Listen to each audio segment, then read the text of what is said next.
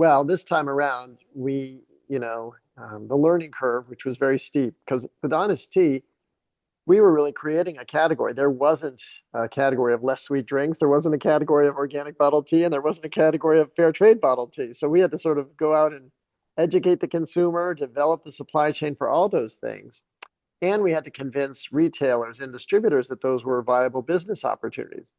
This time around, when we heard the news about Honest Tea, every retailer we reached out to, and in some cases, retailers reached out to us and said, "Hey, we need you to, our shelves are going to be empty." So this was in May of 2022. And I started talking to retailers really by June. They said, "Our shelves are going to be empty by the fall. So as soon as you can make the product, we're going to put it on the shelves." Are you ready to hear more? Welcome to the Bulletproof Your CPG Brand podcast. The podcast are entrepreneurial CPG founders who want to protect runway, improve execution, and compete smarter with the resources they already have. I'm your host, Dan Lohman. First, now let's roll up our sleeves and get started. Seth, thanks for coming on today, and thank you again for this is your second time. You were on episode 38. That's almost 300 episodes ago. So that was a long time. So thank you so much for coming on and just being here. I look so forward to talking to you. So for anyone who doesn't know you, which I can't believe there's anyone left in the world, tell us a little bit about yourself. Sure. Well, it's great to be with you again and appreciate how you've been able to share the stories of what's going on in CPG. It's such a dynamic sector, and to think I can't imagine 300 episodes ago how much has changed Yeah. since then. So I was I guess first got into this business as the founder of Honest Tea back in 1998. I had started that out of my house in Bethesda, Maryland, with really the simple idea that there should just be a less sweet drink, less sugary drink on the market. And we got that up and running into 17 Whole Food stores, and then evolved to become the first organic bottled tea and then the first fair trade bottled tea. And we scaled it nationally and became the best selling tea in the natural foods industry. And then in 2008, we sold a portion of the company to the Coca-Cola company, who saw that there was, believed in the potential of what we were building there, and they bought the rest of the business in 2011. And then it continued to grow, and I continued to stay on there through 2019. Though along the way, I also got involved with some other natural food companies. One was Happy Baby, which eventually sold to Danone, and then once I finished that work, I got involved with Beyond Meat and joined as an investor, board member, advisor, and then became chair of the board. And I'm still chair of the board today at Beyond Meat. And I left my work with Coca-Cola and Honest Tea in 2019, and was sort of thinking about new things to get involved in. And I got involved with a restaurant, Plant Burger, where I'm chair of the board, but also launched a company which initially was called Eat the Change. It was focused on planet-friendly snacks and healthier snacks. But in 2022, just about 4 years ago, I got a call from the Coca-Cola company telling me they were going to be discontinuing Honest Tea. And of course, that led to this moment of a pivoting moment where I said, well, just because Coca-Cola's made that decision doesn't mean what Honest Tea stood for should go away. And got back to work with a lot of the same folks who built Honest Tea and created Just Iced Tea. And we're now scaling that nationally, and it's been fun. We're now larger than Honest Tea was in its 11th year, so it's happening quickly, and that's certainly keeping me on my toes. Well, congratulations on all that. That's really exciting. And I'm really thrilled that you're back into the tea business. I mean, Me we too. need it. One. But I wonder why Coca-Cola let go of it. Why did they change their mind? During the pandemic, they really lost track of Honest Tea. I would see in the stores where there should be 11 or 12 facings, there'd be one or two, or sometimes for weeks at a time, nothing.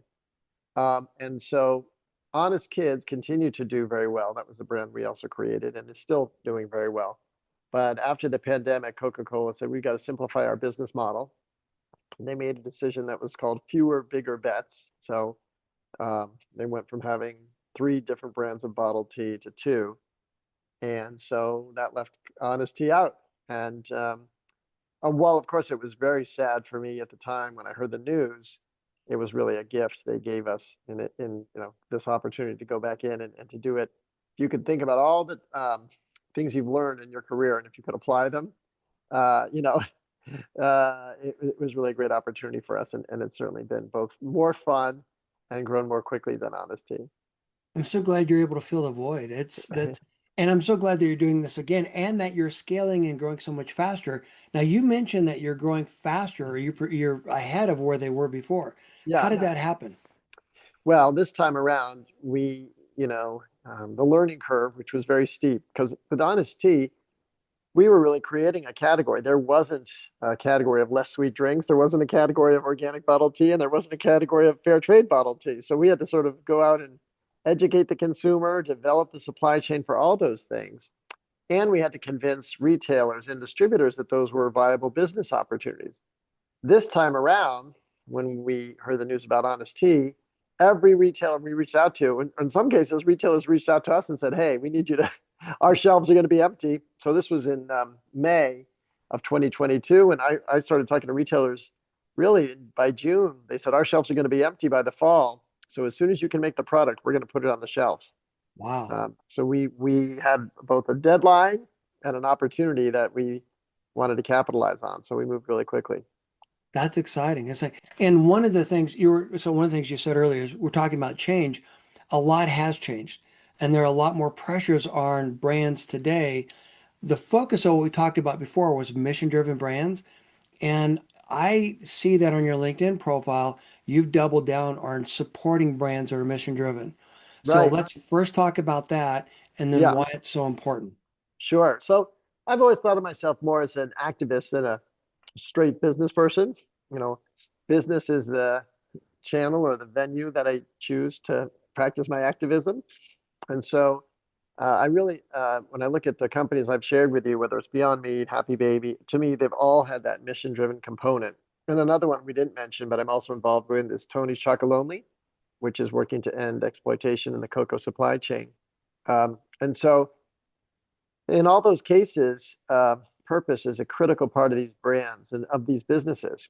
And so we actually have become part of the initial group of companies who have signed on to Purpose Pledge, which is a initiative that started just really in the past year, where we have 10 commitments we've made around environment, around labor, and sourcing, and the communities we work with. And so it's this idea that it's broader. There's shareholder capitalism, where just the shareholders are the folks you listen to, and stakeholder capitalism, where shareholders are still important, but so are other stakeholders that aren't necessarily at the table. And we try to factor all of them into our decision. And just to make it clear, this is still capitalism. We're still taking investors' money. We still have a duty and an opportunity to compound it, and that's the goal. But we're just trying to do it with a broader lens. Thank you for sharing that. And to reframe mission, the reason why I'm so focused on that is because back then mission was a key driver in a lot of brands. You proved that. You've proved Mhm. it several times since then. During the pandemic, when the world shut down, mission brands were, it was difficult, but we understood what was going on, the supply chain disruptions, et Yep. cetera. Yeah. Now we've got a lot of other factors, and shoppers are under a lot more pressure. And so what I'm seeing, and tell me if you agree with this, is that not only is a lot more pressure on the brands, but there's also a lot more pressure on the shopper. And what I'm getting at is that, gas price doubled, literally doubled up the street for me Mm. and from just a couple months ago. And so because of the volatility, customers are rethinking the way they spend money. And where I'm going with that is that the mission driven brands, if they're strategic, if they're smart, have an opportunity to carve out a niche because you stand for something, you provide value and quality well beyond what most brands produce or provide.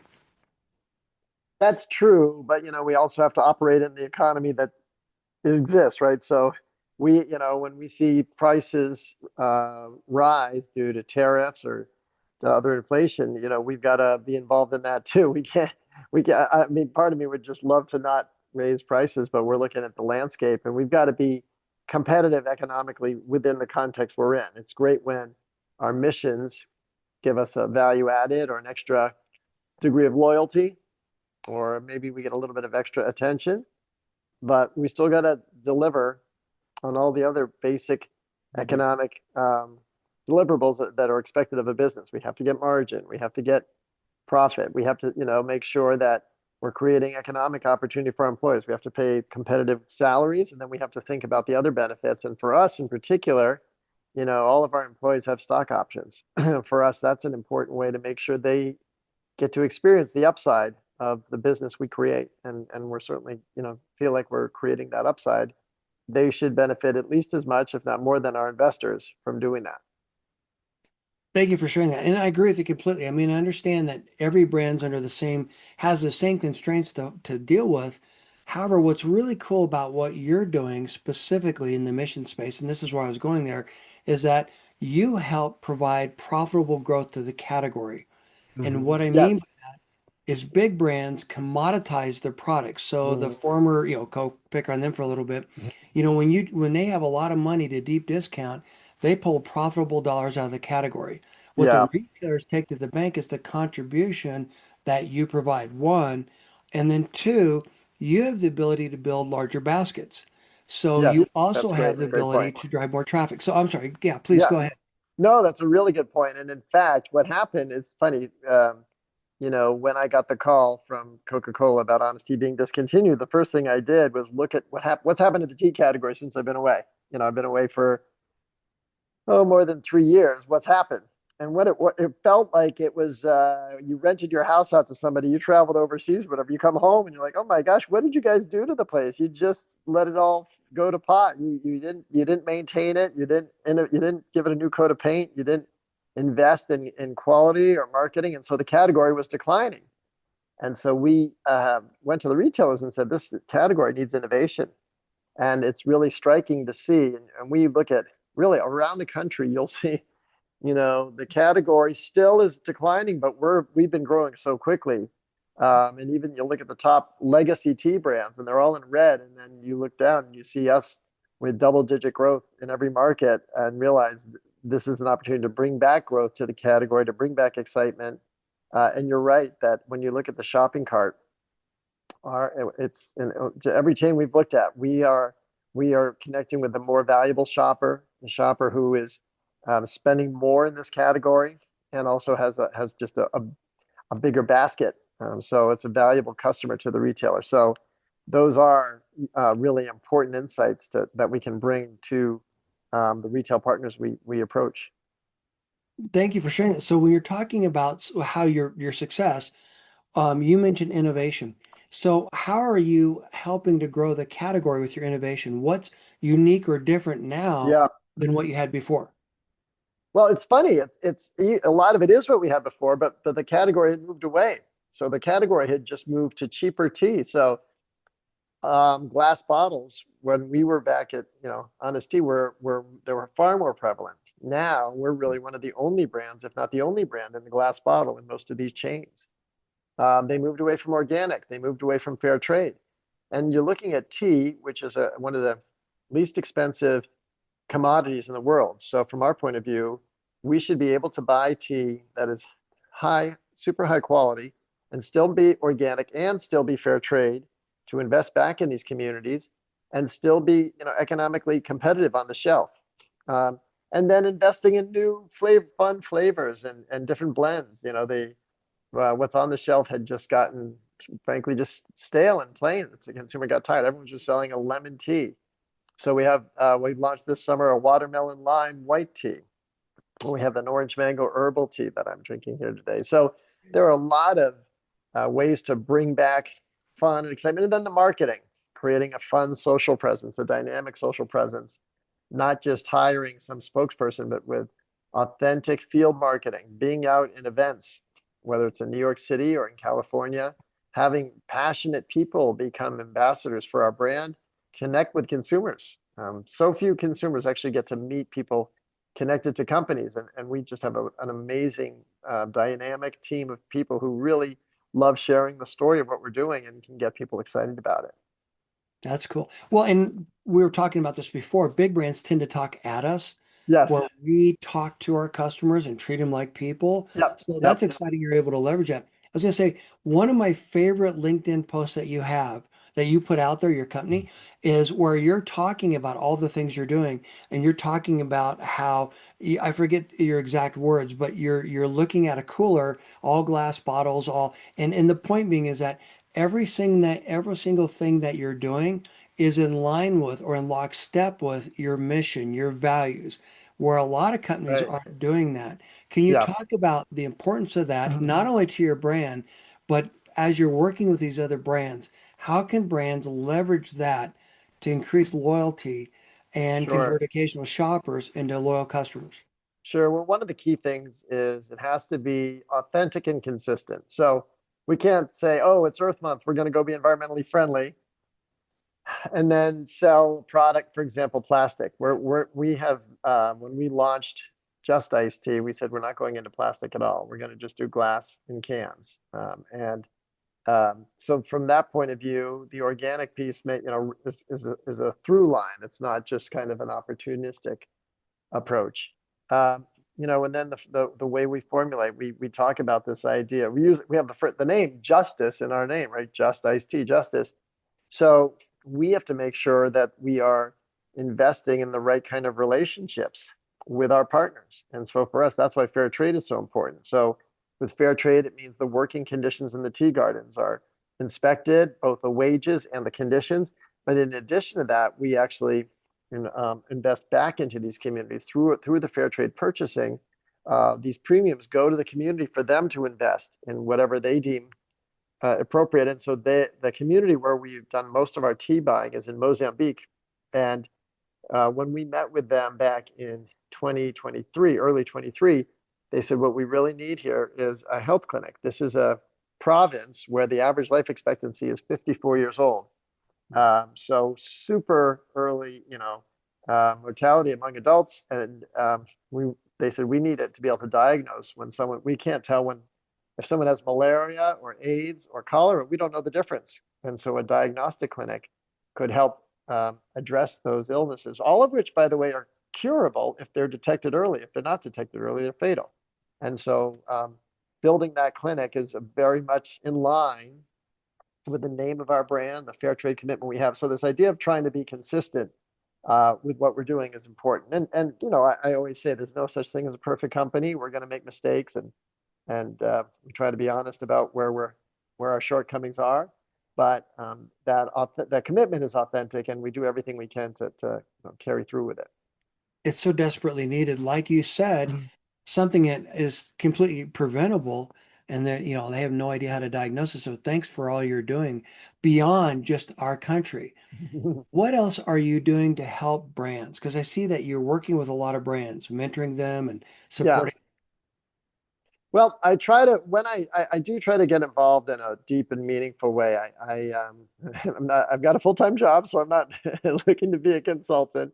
So, Beyond Meat, as chair of the board, really do work closely with the CEO and the leadership team to help guide that business. As you may know, the whole plant-based category has been challenged over the past few years. The categories declined significantly, and so helping think about how do we pivot to still be relevant. The science is really impressive. The impact is very impressive, and both from a health perspective, environmental perspective. So how do we pivot to still meet the needs of consumers? And again, with Tony's Chocolate Only, this is the role I have there is to be a chair of what's called Mission Guardians, and our specific task is to make sure that this fast-growing candy company, chocolate company, upholds its commitments around its sourcing, these 5 principles to make sure there's no child labor, that everything is traceable. And so being basically a voice within this company to protect that critical piece of that business. So for me, when I can help be a leader and enforce standards or direct towards opportunities, that's where I like to get involved. I certainly, like I think so many people in this industry, I'm always a student of the industry, always looking at what's happening, but there's just so many companies I can get involved with. And for me, I want to do it in a deep and meaningful and long lasting way. Thank you for sharing that. So when you said that the plant-based category is suffering or is not doing as well, from Mm. your perspective, what do you think's causing that? It's been a really interesting thing to watch. So there's definitely some cultural shifts, right? I mean, the whole Maha movement actually has some useful elements in terms of the dialogue, but some of the dialogue around, we should only be eating, red meat. That's just not something I believe is best for health or for the environment or for the planet. But that's just been interesting to see that that's been a shift there.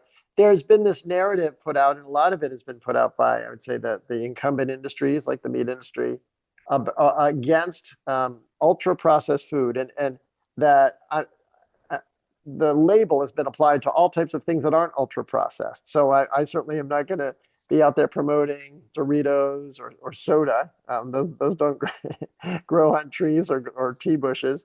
Um, but something like a Beyond Burger, as an example, is used with the exact same equipment that pasta is made with, an extruder. So that, if someone has a problem with that processing of that kind of product, then they shouldn't be eating pasta. And I'm a big fan of pasta, so you won't see me doing that. But I think there has been a bit of a confusing narrative. And I think also, what companies like Beyond Meat have done are sort of, or the whole industry has raised the question, well, do we need to be as dependent on animal carcasses as we are for our diets? And I think in some people take that question as threatening because meat tastes good. I certainly, before I became vegan, certainly liked the taste of meat.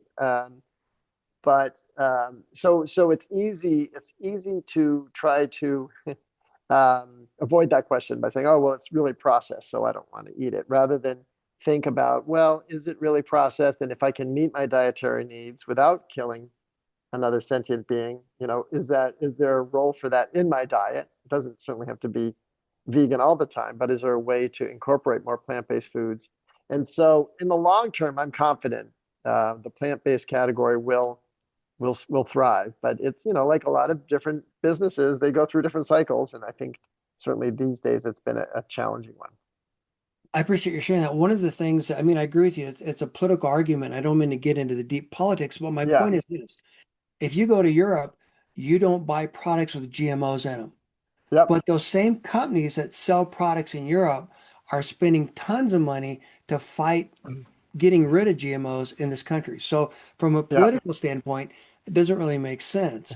And so we are Yeah. polluting ourselves, I believe. So it goes Well, back to the mission. yeah, it's also notable that in Europe that some of these narratives around plant-based foods just don't gain any traction. So in Europe, where I would say the environmental issues are more front and center, harder to avoid, a great example of the Netherlands, where they literally are surrounded by water, and it's sort of so there's real risk to climate change. And there you see the plant-based categories thriving. So um, sometimes the people who have a clear understanding of the threats of the environment um, are more tuned and embrace these diets more readily. I used on the last project that I did, last thing I was working on, I actually leveraged the value of plant-based and was able to deliver a 9% growth to the largest retailer. Hmm. And the way I did that is focusing on the fact that it's digests better, et cetera. So the point being is there's so many good things about it.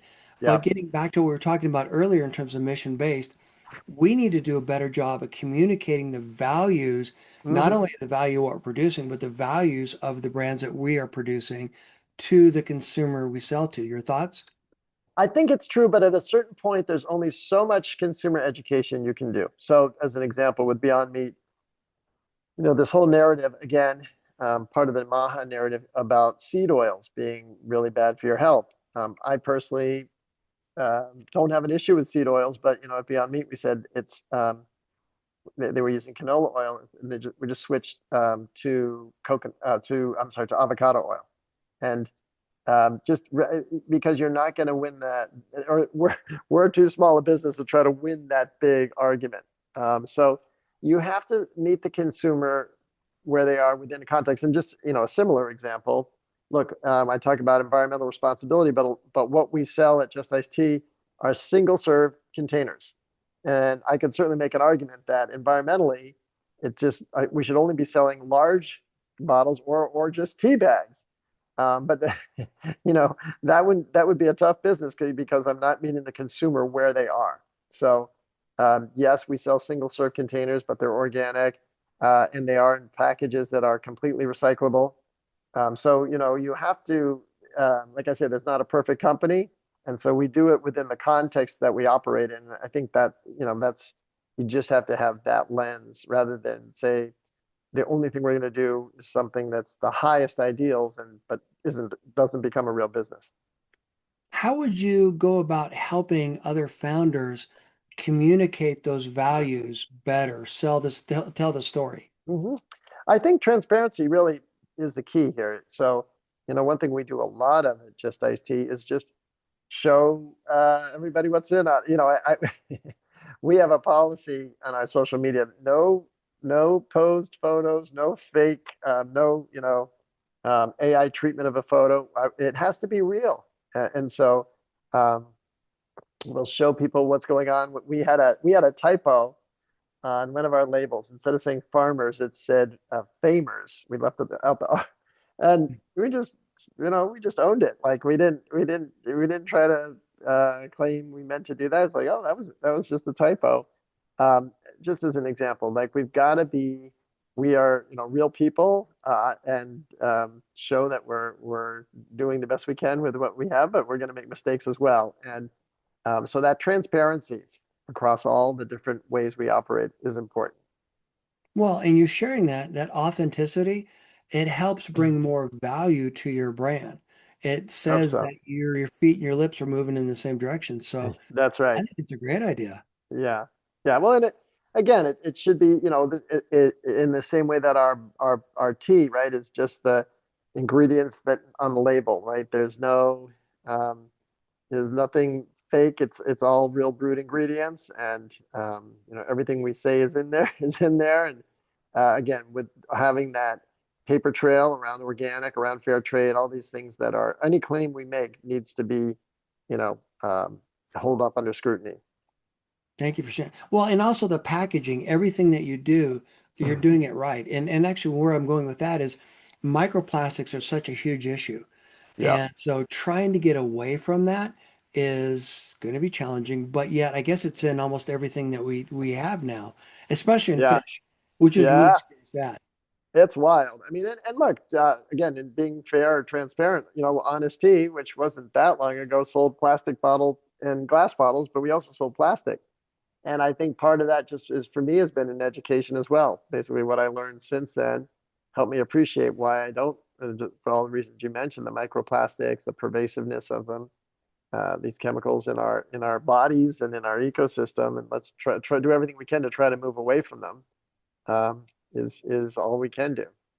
Isn't tea a good way to detox too, if I'm not mistaken? Well, tea has incredible antioxidants. It certainly is well, look, tea is the world's second most popular drink. So it is consumed, and water is number one. So it's consumed all around the world. It really is um, the most consumed liquid, really.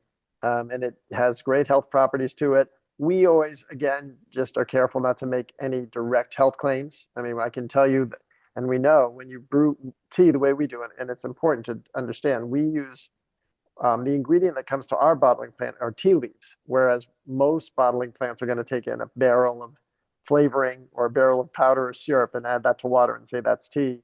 We're brewing tea just like you would in a teacup, and that means you're getting all of the antioxidants, all of the health benefits of tea in a bottle of just iced tea. And I certainly would not claim that's what's going on in a lot of the other bottled teas.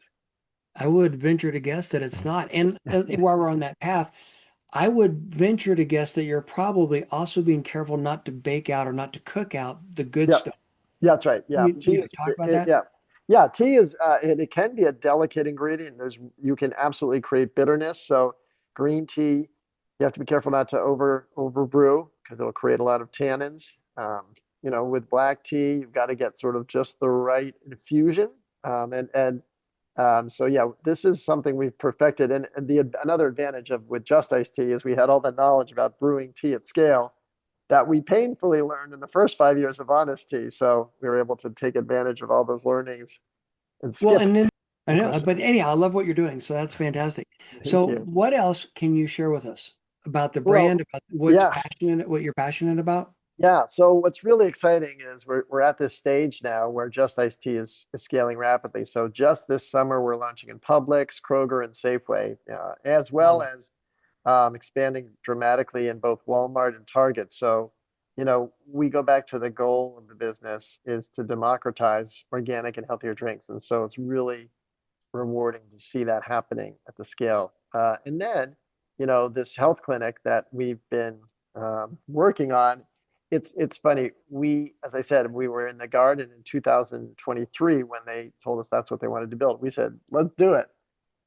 We, through our purchases, generate the money to operate the clinic, but we needed to raise the money to build the clinic, meaning on a day-to-day basis, we'll be able to cover it, but we needed to basically construct the building, to buy the medical equipment. And for that, we brought in outside partners. We worked with Rotary International, Mm. and we raised over $100,000 from Rotary chapters all around the world, which may not sound like a lot for a health clinic, but in Mozambique, it goes really far. So the building now is built. Just this week, we got the license to operate the clinic, which was felt like it took a long time. The government there just has its process, and so it'll be really exciting. It's now looking like November is when we'll be there to cut the ribbon on this health clinic, and That's exciting. it is exciting. I think if I were doing it myself, I might have it had more quickly, meaning just our company. But they say, if you want to go far, if you want to go fast, go alone. If you want to go far, go together. And so with this, working with Rotary, doing this through the proper channels, probably took a little longer, but I do feel like it'll be more enduring, and we're really excited about that. Congratulations. That's exciting. So, is this a model for something more? Or what's next? I hope so. Well, the first, first we got to build the clinic, so I mean, and open it. So, if we can open it and we can demonstrate the benefits to the community, which I'm confident we will. I mentioned that life expectancy of 54 years old, so it's a very low bar. But if we can document that we're helping, you know, increase the quality and length of the lives of the 10,000 villagers in this community, that hopefully will inspire others to look at their supply chains in a different way. And obviously for us, that's something that's very exciting to share with our consumers as well, to know that when they buy our tea, they're supporting this kind of initiative. Well, and I think that underlying message. So, for my mission is to help brands like you scale, grow, etc., so that you can do more good on our behalf. And my point being Mhm. is that underlying mission that you're sharing with your consumers, I'm sure they feel the same way. So, thank you for that. Sure. Yeah, this will be a really fun moment. It's something that as I've said, been working on for more than 3 years. So looking That is a forward to long that. time, but it's got to be. That's really cool. You've been able to do that. So, thank you. Yeah, for sure. Sure. Anything else you want to share? We've got other innovations in the pipeline. I can't give it away yet, but we start with tea. Obviously, tea is in our name, so everything we're doing is going to be tea related, but it won't just be the glass bottle. We've got some other innovations we're working on, extensions of the business, and again, they'll have the same equities. They'll be organic. They'll be fair trade. They'll be lower calorie or healthier taste profile. So there are a lot of fun things we're working That's exciting to hear. Well, we'll stay tuned. on. Good. So, thank you. Anything else you want to share? No, I would just encourage your listeners to look at purposepledge.org. We think it's a really exciting new direction, and we certainly invite others to join. It is often the standards or certifications that are out there for businesses are kind of paperwork related and sort of a low bar. This is a high bar. This is about continuous aspiration. So we as a business need to challenge ourselves to continue to elevate our game around purpose. And so, yes, we're organic, yes, we're fair trade, but one thing we're looking at now is can we be regenerative organic certified? And so that's a higher level of certification around our environmental practices. And we just got our main garden got certified regenerative this month. So we're looking forward to seeing that. So I think the big picture of that is it's a continuous process. It's not a destination. That's very cool. And congratulations. I actually had Jeff Moyer on with Rodale Hmm. years ago, back when they were first rolling this out, talking about Yeah, older podcasts. right, right. That is such a cool process. And the fact that you're embracing it, I Yes. think honestly, that's going to be one of the things that's going to differentiate the organic movement because I know a lot of people, at least back then, had a lot of confusion around this non-GMO, is that organic or not versus Yeah. organic. Do you still run into that a lot? I do. But we even had a buyer, this was now 10 years ago, but who was saying, well, we should get the non-GMO seal. I said, organic means non-GMO. It means so many more things. Why would I try to confuse the consumer? I said, I kind of said, you should be ashamed of asking me to do that. That goes count. We're trying to make this simple and approachable to the consumer. We start putting on labels that are kind of contradicting each other or overlapping, it just creates confusion. So I do think we have to continue educating consumers about what these certifications mean. And there are real rigor to them. I mean, the USDA certification is a US government enforced standard, um, and it's applied to growing farms all around the world. And And so there's real rigor to them.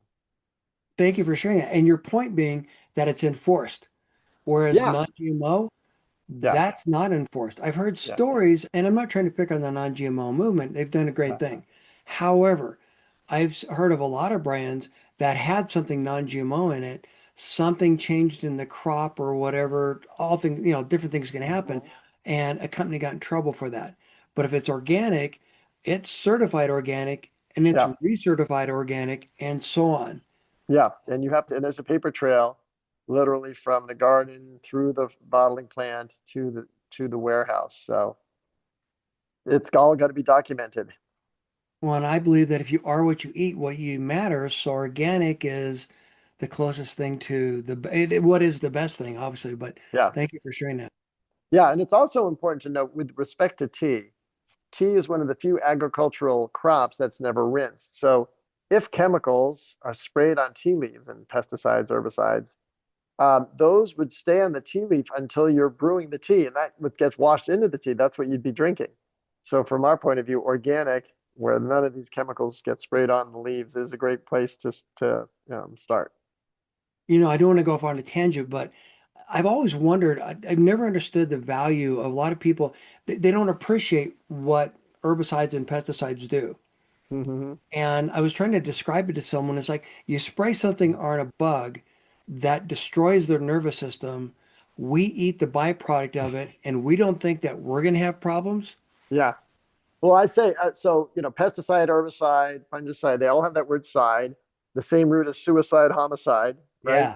Which is killing a living organism. And so, if you can ingest ingredients without those sides on them, and you can avoid putting those sides into the ecosystem, it's just just intuitively, it's just a better choice. And the other thing that I would say, all the the agricultural industry would tell you, well, these are all safe at extremely diluted levels. And, I won't argue with that. But what I will say is we know that in our ecosystems and in our bodies, that those applications build up, right? Because they don't just wash away to nowhere. Somewhere they're building up.